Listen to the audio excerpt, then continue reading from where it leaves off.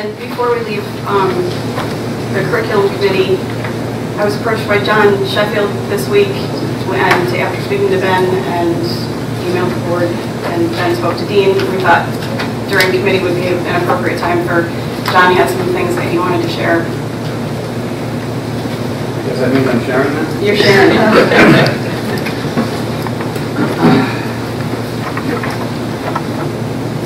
A couple things I want to say. I want to first thank the board for giving me a little extra time tonight. I'm a little bit nervous because outside of my wedding vows, I think this might be the most important 10 minutes in my 50 years of life. Dean, I might have added an adjective in front of the word evil, by the way. Not a touch of, but... Don't look at me when you say that. I'm not here to throw anybody under the bus. Not administration, not the board, not teachers, not the superintendent. I have history with a lot. I mean, Tom knew me before I looked like Dean, right back in the 80s. I'm just here to speak. Barely though. Is that a compliment or? Dean, you don't have the best looking guys in the room. But the bottom is, it would be hard to throw you all under the bus if I wanted to, because you've already been thrown there. My purpose tonight is to speak as a parent, an education advocate, and share some perspective and some education that isn't necessarily out there in the public. You have to forgive me, I'm very nervous. First, I want to say, how did we get to where we're at? 6 years ago, this came to light to me this past weekend.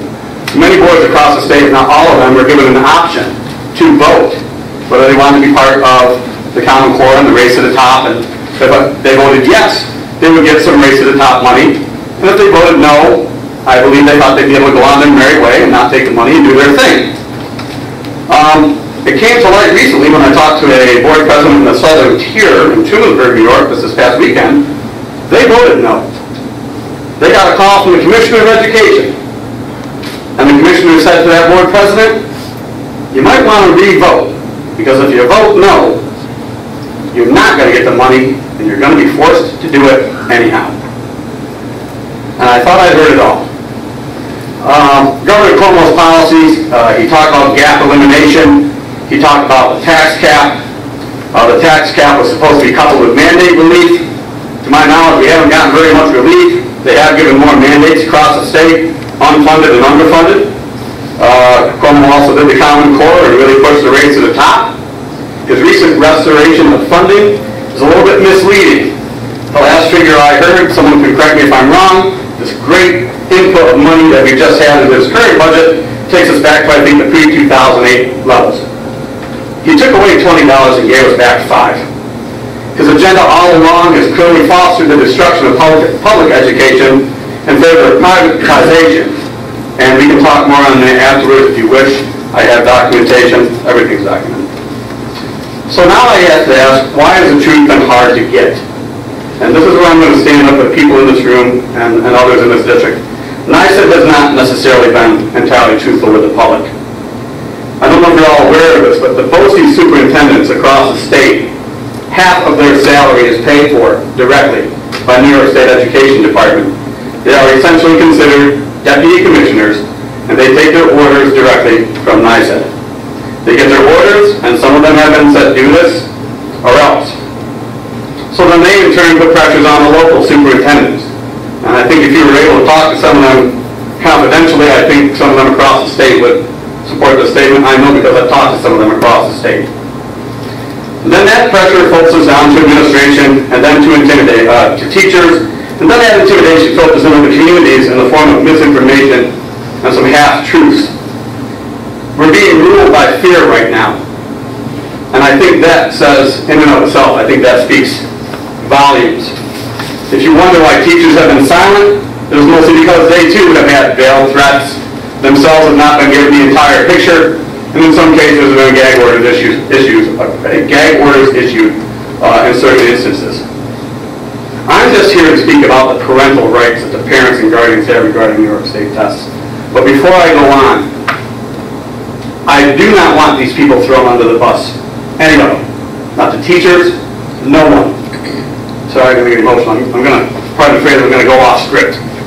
I put 2 boys through this district. I adopted this community as my home back in 1983. I love the people in this community. I love the teachers of this community. I have relationships with several board members in this community. From when I'm speaking at talking about Mr. Halsey, I like Mr. Halsey. I am not going to throw anyone under the bus. And I don't want you to either. Regarding the parents' rights, it's very simple. Every parent in New York State has the right to refuse these tests for their child.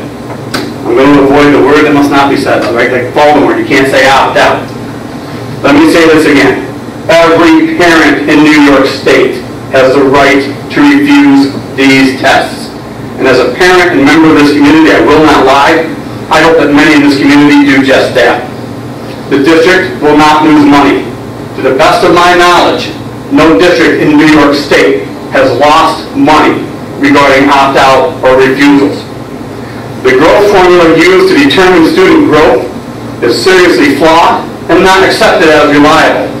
I'll have more on that later, and I have documentation to back that statement up as well. However, that growth formula, in turn, impacts our teachers, our students, ultimately our schools, and then our community. In fact, it is better for a child to be scored as a refusal code 999, because that 999 cannot harm a teacher. It can't.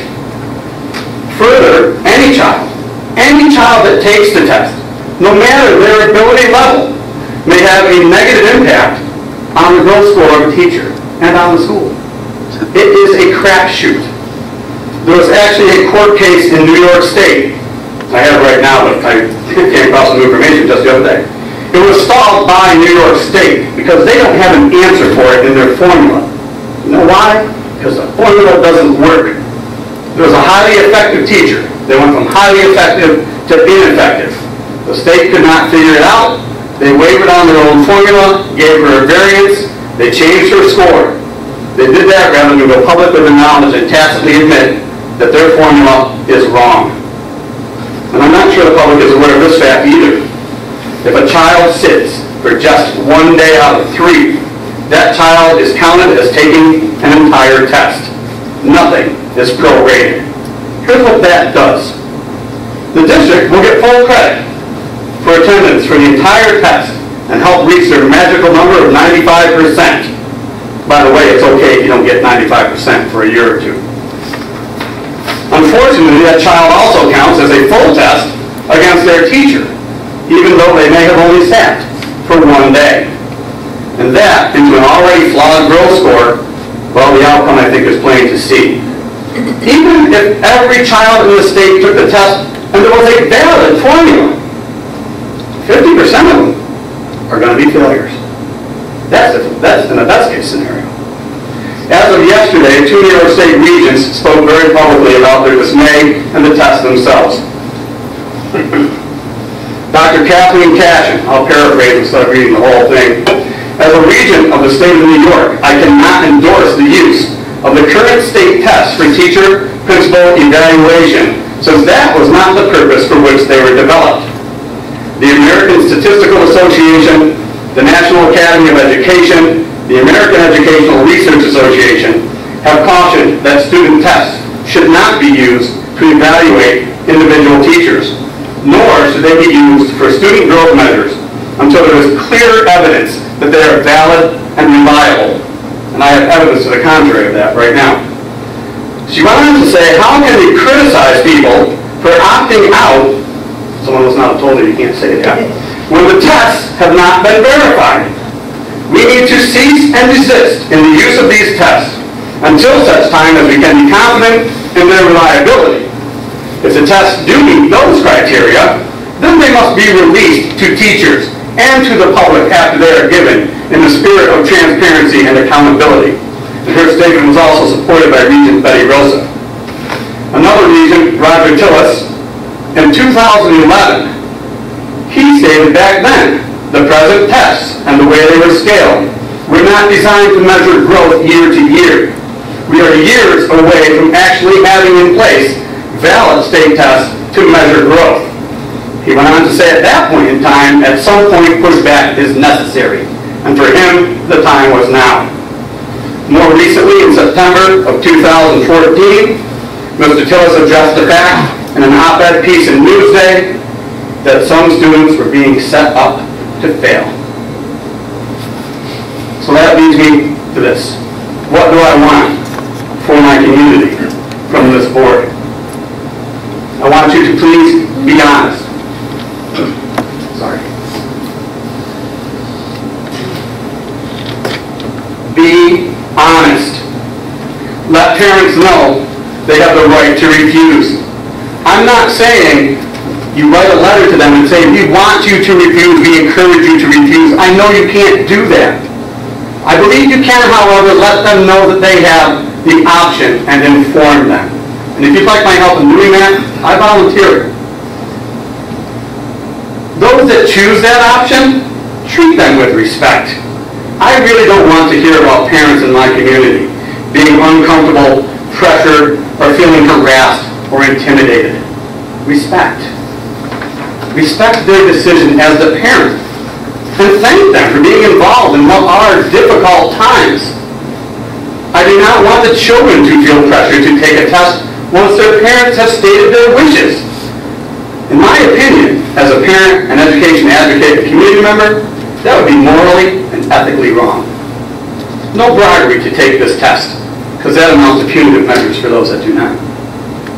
I do not want punitive sit and stare measures taken for those that refuse. I would like alternatives provided or allowed. Perhaps just reading a book, which is allowed. Honesty and respect is what I ask. The parents and the children deserve that much. The parents do not get off the hook. If the district respects your decision to refuse, then it is imperative that your child is on their best behavior that day. No napping, no sass. They are to behave in a respectful manner, because respect is a two-way street. If they cannot behave appropriately, then I'd ask you to please support the school in disciplining them appropriately for misbehavior, not for refusing. If you choose to refuse, I ask that you stay with that decision for the entirety of the test.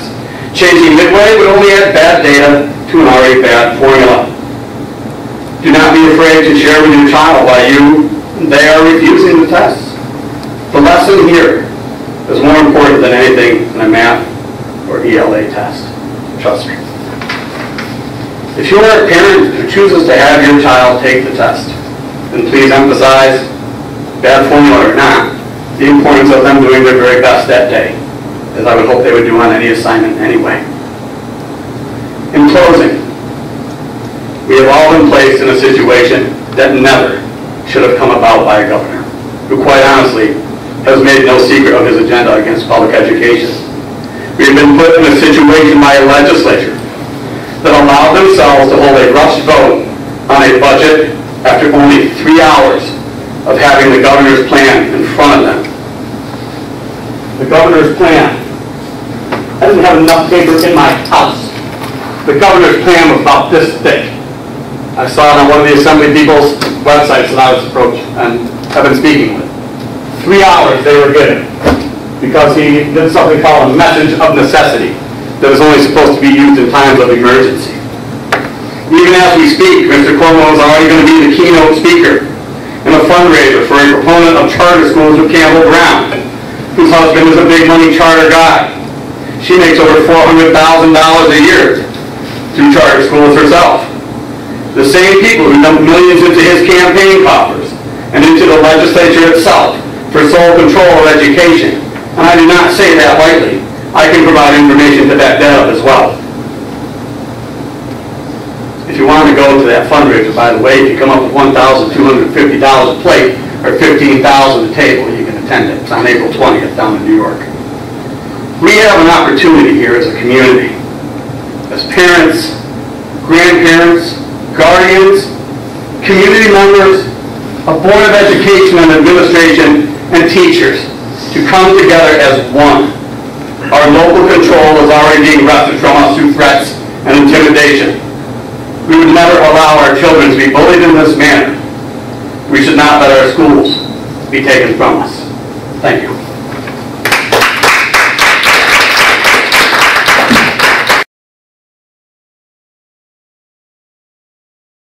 tests, they acknowledge the fact that being a focused school is something you need to take into consideration before you have your children refuse. So I want to make sure that that's out there. I believe some of that depends on how long you've been a focus school. I happen to have been in a committee meeting I was privy to just last week in East Syracuse, and I think you might have the information again, and I do not. I think part of it depends on how long you've been a focus school, and to date, the biggest ramifications have been, I think you have to submit a plan, correct? If you're a focus school, you submit a plan as to how you're going to address these issues. Is that correct? Okay. So this meeting that I was at, I think it was made pretty clear. Right now, what they're going to ask you, you're going to remain on the focus list, and you're going to be expected to make another plan. All right, you already have one plan in place, so you tweak it. And I get that. I'm not arguing that a lot of effort doesn't go into that. But I think it's also important to know, again, new information comes to me every day. In the southern tier, I think now down near the Alfred Almond district, I'm not sure where it is. I was just informed the other day by a teacher in that school that they were a focused school. They did not meet the 95% AYP, and they got off the focus list. So again, the state is saying one thing, but they're not always standing by their own, by what they're saying. So yeah, I agree, being informed. I appreciate that you're allowing people to speak back and forth like this, because there is so much people don't know. And did you find anything else, or did I hit that right? No, I think that. There are several ways to get off the focus list. It's not just through AYP.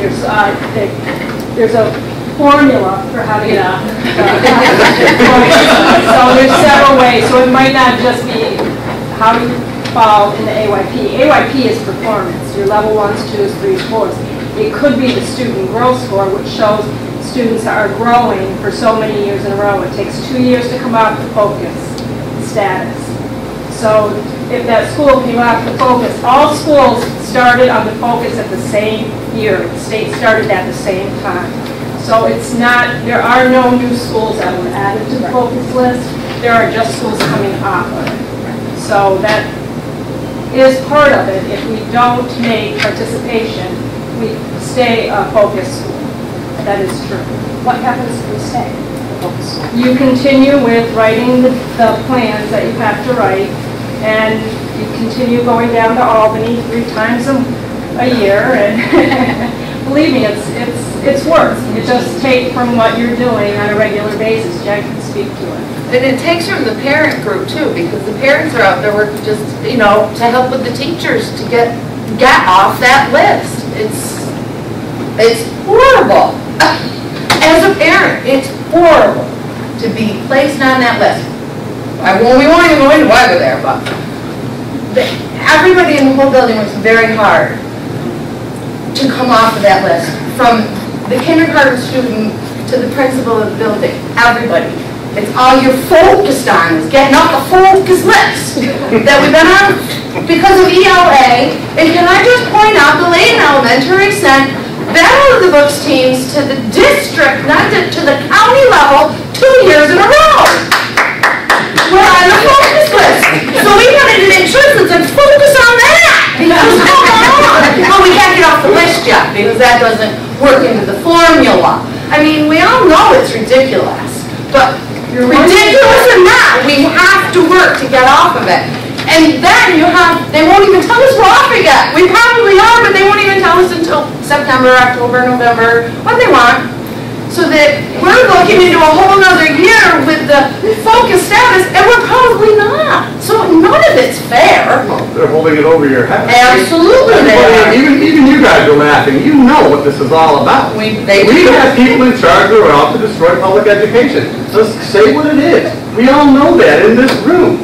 That's what's driving the machine right now. So here's our choice. We're all looking at the death of public education. How do you want to handle it? You either use whatever resources we have as a community, and I include everybody here. I love this community. I said it before. I love the educators. I go back with the board members. I've been at these board meetings before. At some point, when do we say enough is enough and stop being ruled by this fear? We've seen other districts handle it. We've seen how they've approached it. Just inform. You don't write. You can write at the top of your letter. We are in no way endorsing this action, but we feel it is your right to be informed as your elected board officials. There's ways you can get around it. People are doing it.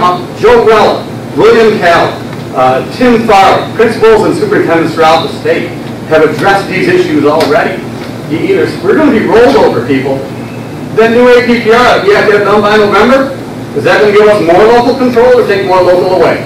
It's a simple question. What's it going to do? Take it away. Just don't take it away. Because they haven't taken enough from us already. And yeah, I am passionate about this because I care about this community. I care about the kids. My kids are through this. My kids are going to college. I got one that's going to graduate here. He's going to be gone.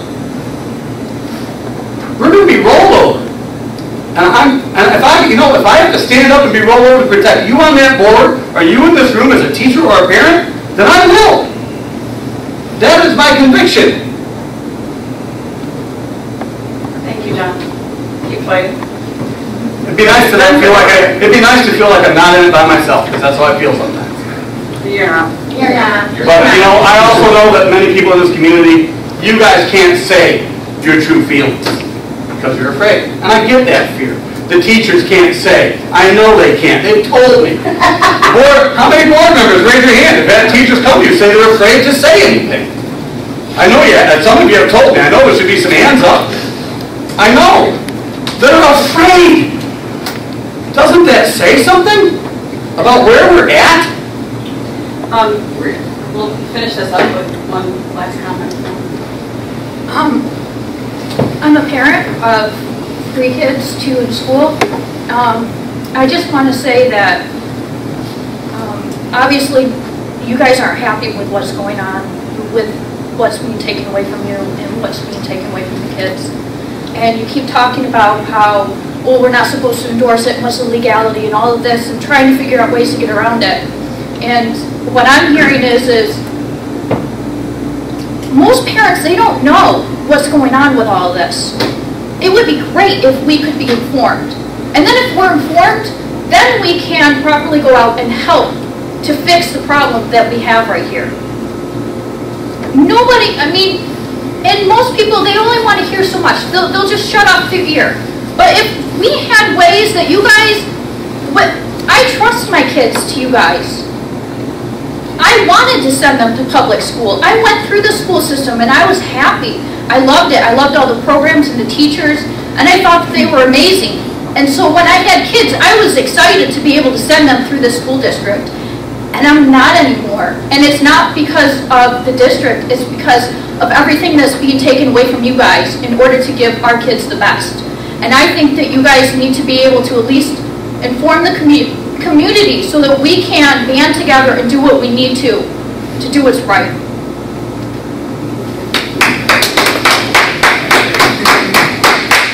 Talked about education again. We did. Say that. We did.